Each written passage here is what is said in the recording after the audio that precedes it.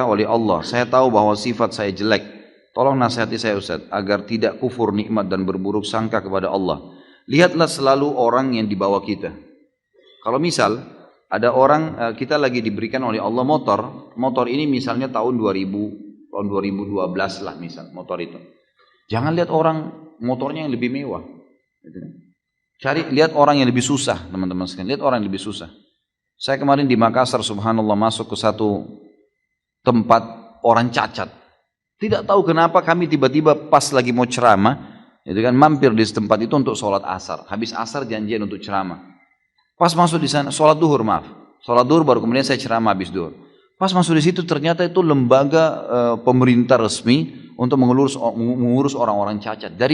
Kami masuk di masjidnya, dari imamnya sampai makmumnya semuanya cacat. Subhanallah.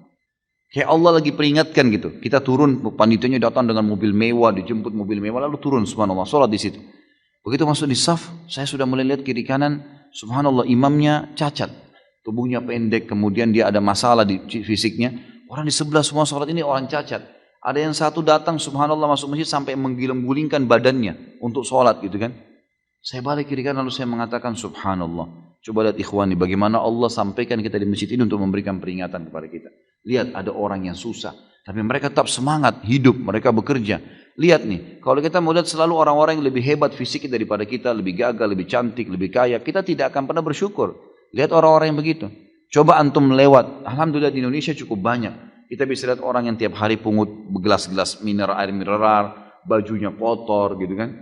Ada banyak, tangannya kotor, hidupnya susah. Sampai ada yang jalan setengah mati gitu. Saya hampir setiap hari, tidak pernah tidak teman-teman sekalian. Setiap saya keluar dari rumah saya di Condet, menuju ke Kemang, menuju kemana-mana kalau lagi pengajian, pasti saya dapat. Tidak pernah kurang dari 3-4 orang miskin itu sudah pasti. Pasti orang susah.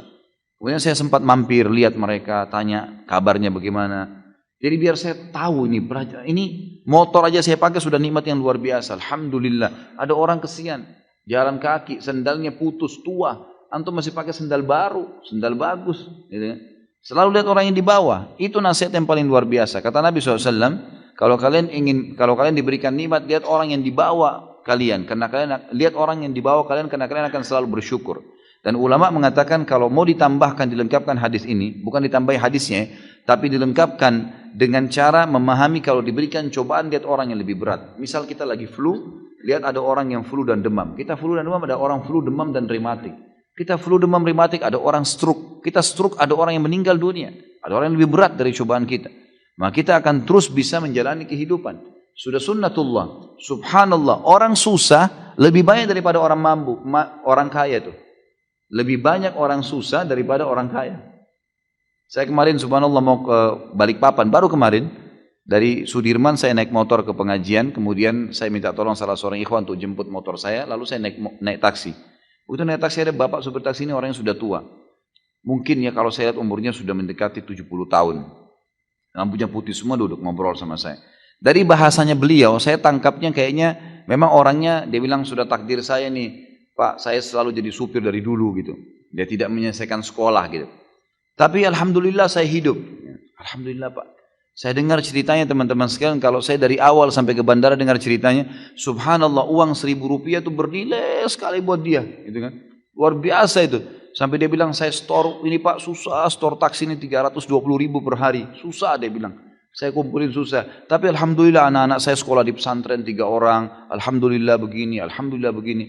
Saya bilang Pak, dia sudah ngomongin, Pak, Bapak tinggal sabar meninggal, Bapak masuk surga nih. Ini sekarang cobaan Allah yang sedang datang Pak. Itu adalah sesuatu nikmat yang besar kepada Bapak. Karena dengan cara seperti ini Bapak dalam ketaatan Allah. Mungkin kalau Bapak diberikan lebih daripada ini, mungkin Bapak lebih susah. Nanti akhirnya susah, lupa dengan Allah. Sekarang Bapak masih mau mampir sholat. Bapak masih mau mengingat kelebihan-kelebihan yang Allah berikan. Maka itu sebuah nikmat, syukurilah. Saya melihat subhanallah, Allah kayak perlihatkan lagi saya. Nih lihat nih, ingat Khalid, ini ada orang yang lebih susah. Saya bersyukur terus sepanjang jalan. Alhamdulillah Allah masih kasih saya bisa jalan, bisa normal, saya masih bisa punya pendapatan, masih bisa biaya keluarga, istri, anak saya. Alhamdulillah, dan berusaha dari rezeki halal. Jadi coba lihat orang yang lebih susah teman-teman. Banyak sekali gitu kan. Kita kalau masuk di gang-gang di Indonesia ini, saya berapa kali masuk di kampung Melayu, di beberapa gang, jalan waktu itu ada mau azan, saya antar istri saya ke Hermina di rumah sakit waktu itu. Kemudian saya masuk cari, mana masjidnya di sini? Oh di belakang, lewat gang-gang, masuk gang. Rumah-rumah orang berdempet-dempetan semua. Ada orang yang buat, bapak-bapak lagi buat gorengan, jual gorengan di depan rumahnya. Saya lihat mungkin ya modalnya mungkin 70 ribu, 100 ribu gitu kan modalnya. Kemudian dia jual di tangga-tangganya, datang beli, bayar 1000, untung 100 rupiah, 200 rupiah. Seperti itulah. Dan hidup, orang-orang hidup. Azan mereka ke masjid, sholat. Dengan bahagia, pulang ke rumah, pakai sendal jepit. Masya Allah, enak hidupnya tuh. Gitu kan? Dan ingat teman-teman sekalian, kata Nabi SAW, bukan saya larang antum menjadi orang kaya. Kalau Allah bukakan, alhamdulillah. Apalagi kalau bisa diikuti dengan ilmu. Tapi kata Nabi SAW, mayoritas penghuni surga adalah orang-orang miskin. Memang orang susah. Jadi kalau antum lagi dicoba dengan Allah Subhanahu Wa Taala, maka nikmatin cobaan itu. Karena itu sebenarnya sesuatu yang terbaik buat kita. Dan ada beberapa poin-poin yang sudah saya sampaikan, tentunya bisa dihubungkan dengan apa yang saya sampaikan sekarang ini.